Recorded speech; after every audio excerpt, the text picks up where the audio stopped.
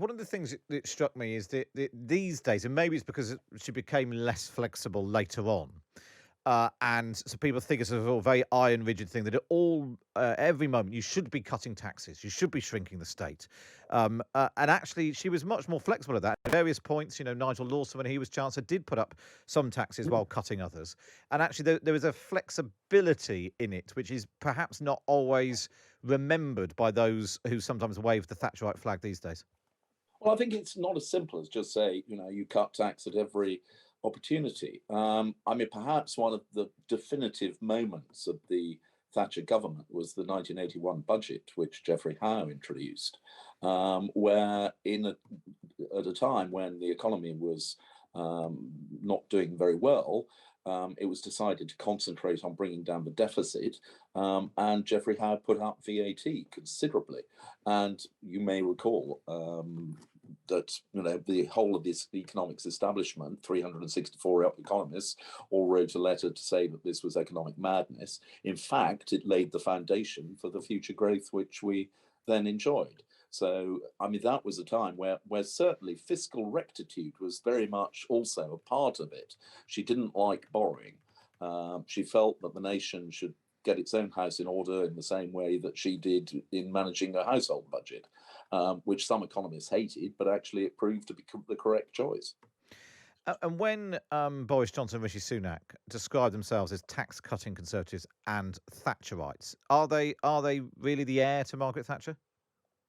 Well, I mean, I think both of them believe in the importance of trying to keep taxes down. However, as Norman Lamont was saying a little earlier, we have just been through an extraordinary crisis in the form of the COVID pandemic, which had led to the government having to spend far more than I think anybody would have imagined possible in order to keep the economy going. And in those kinds of circumstances, I think that was the right decision to take. But also, the government is quite right that we now need to try and bring down that overall level of debt in the economy, and that has to be one of the priorities. And the only way you can really do that is by growing the economy, and at least asking people to make a greater contribution for the time being. We've been talking obviously quite a lot about other parts of how government is and isn't working. As someone who saw up close what happened to Margaret Thatcher at the end, can you see any similarities between what's going on with Boris Johnson right now and what was ultimately Margaret Thatcher's downfall, and the concern that there's not enough grip in Number 10 today?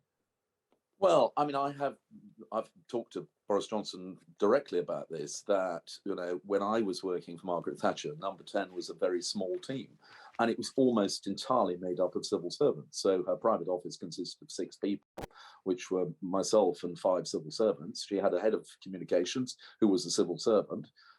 She didn't have a chief of staff, and there was a small policy unit, and that really was it. So Downing Street consisted of really quite a small number of people who spent a great deal of time with her each day. And now it's sort of ballooned into a vast edifice with a huge number of people whose job and responsibilities are not entirely clear. And that's something which I think has led to a less efficient government, and, I think needs to be addressed. And I've told Boris that directly. And what about the sort of similarities? Is this the end of days for Boris Johnson? No, I don't think it is, because part of the problem was that Margaret Thatcher was pursuing policies which were unpopular and which caused Conservative MPs to worry about the electoral consequences. And in particular, I'm thinking about the poll tax, the community charge that was called then, which was very much associated with her, and which a lot of MPs felt would lose them their seats. And that was why I think a number of them decided they could no longer support her. I don't think the same pertains today, because actually on the big issues, on issues of policy, I don't think there is great division within the Conservative Party. There is profound unhappiness at some of the events that have taken place and which have been revealed in Sue Gray's report, and that obviously has caused a lot of disquiet and anger, indeed, in the party.